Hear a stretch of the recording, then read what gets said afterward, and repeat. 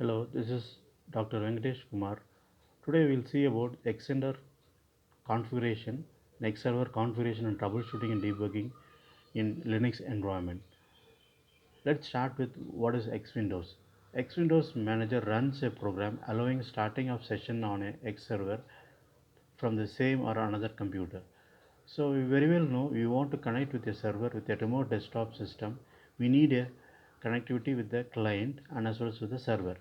In the X Windows Server paradigm, the server runs on the computer providing the display and input devices. The server can start a session by itself or can connect to a display manager requesting it to start the session. The server acts as a graphical telnet client while the display manager acts like a telnet server. User starts program from the computer running the display manager. So while their input and output takes place on the computer where the server and the user sits. So for example, you want to connect a remote desktop from the system environment where your network is connected. So we need an authentication to get connected with the system. So the server will be connected through a client by means of an authentication. So this authentication require username and password so that the system administrator can check with your authentication and you can log into the system.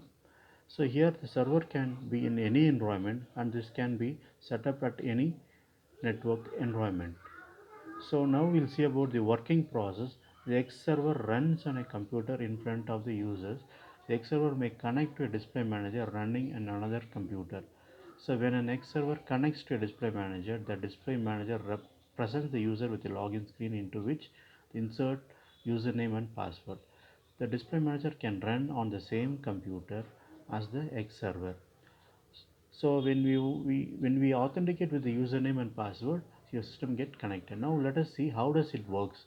Display manager runs on a network computer accepting the incoming request. System administration can configure a display manager to start a local X server. In this case, the parameter passed in the X server causes this X server to initiate a request in the local display manager. Visually, the user of such a system can watch X server starting and display manager showing a graphical login widget on the video screen. A session starts when the user successfully enters a valid credentials of username and password. So if your credentials are authenticated, you will be logged into the system. So we'll see the process of working. So when run remotely and in a particular when X server runs on X terminal, an administration can configure the computer or terminal of the user either to connect to a specific display manager or to display a list of suitable hosts running potentially a display managers. Now we'll see how does it works. An XTM chooser program allows the user to select a host from among the terminals to be connected.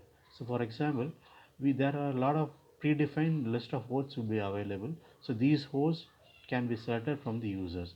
In the step 2, a list of hosts from the local TCP/IP subnet mask and the XDMPC server turns obtained by the network broadcast.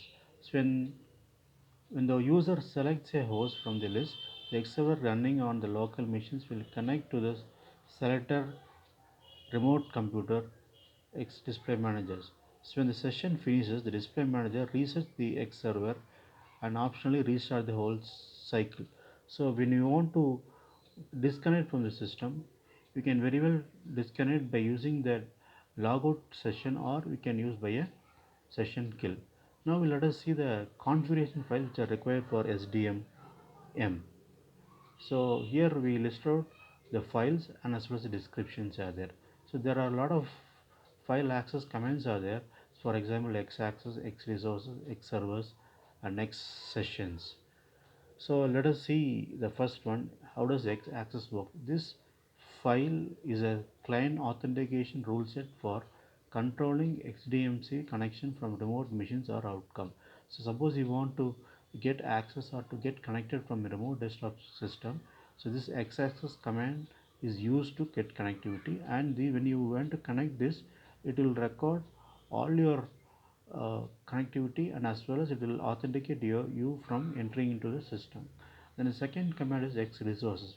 This file contains the look and feel of XDM display chooser and a login screens. So when you want to log in, the display manager chooses the right login screen and it will display out the login screens are there. The X server, the list of local and remote displays the chooser should provide as login choices. So here the X servers will be listed out and we can select which server you want to work and which server you want to connect with it. So this is also an option by the users or by the client. And the next session is default session scripts for logins, which is run by XDM after a user for logged in will be listed out. Here the sessions will be listed out and we can log into the system whichever we required for it. The next command is X setup. So this command is used to automatically launch application before displaying the chooser or login interfaces. So you want to create a setup automatically. When you run this X setup file, the setup will be created and you will be able to log in, and as well as the setup file will be created and the every connectivity and authentication everything will be created and you will be prompted to the login screen. And XTM configure. In this is an important file where the configuration files of all the XTM manager will be available here. So global configuration for all display running on this machine will be connected here. The next one is XDM errors. So errors, when you heard about errors, this errors is a file similar to a log file which will be created in all sort of operating system, network servers, node managers, servers. All this will be log files. These log files will be recording all the instances whichever is created by time to time. So whenever there is an error, these log files can be referred and you can find out what has happened in your process. So similar to this one, these XTM errors contains the error generated by the server program. So whenever there is a server is prompted with an error, so we can refer these login files and we can authenticate whether the files can be uploaded or it can be recorrected once it has been created. The next one is XDM PID. So this command will generate the process ID of that XDM server. So we very well know in a Linux environment you want to find a process ID, you can type the command who, and whoever you are connected to the system can be listed out with an who am I. So this will also will create an authentication which will say about how does your file can be created and what are the listed out here. Suppose you want to delete a file or suppose you want to kill a file, using this process ID you can kill a file with the simple syntax which is called as kill with the process ID. Next, we'll see about the running of X Windows applications successfully with using your Red Hat Linux. So this session is a sample application from the Red Hat menu. So this will guide you by the menus which will from the prompt of Red Hat screen. You can log into the screen and you can see the configuration of the X Windows. Next is an example of run Windows program using a Red Hat program. So here to access the run program window, the three steps are required. So first open the Red Hat menu, click run program, then from the run program window appears, click known application with which the program you want to, then click run. So suppose you want to run an application, suppose you want to run a music file, so you search for you go for the run and you can select .wav is a wave file. When you click wave file, the list out of wave file will be listed out and you can select which file you want to run. And now you'll see the procedures to run X application from a terminal window. So this will be a troubleshooting for all users which you are looking in or was working in Windows environment. The first step here it is open a terminal window from your desktop. Look for a terminal icon on a panel or a terminal selection on a menu. Then second one is type echo display. The result should be something similar to the following. So it will get a 00. If you don't see a value when you type that command, type export display 001 to set the display value. If you are not getting the result, you can type export display, so which will prompt you to 00. The next step is project run application from a terminal window is type the following command xmms dot and symbol. The xmms program should appear on your desktop ready to work with it. The xmms command runs in the background of the terminal window. This means that you can continue to use the terminal window while xmms is running.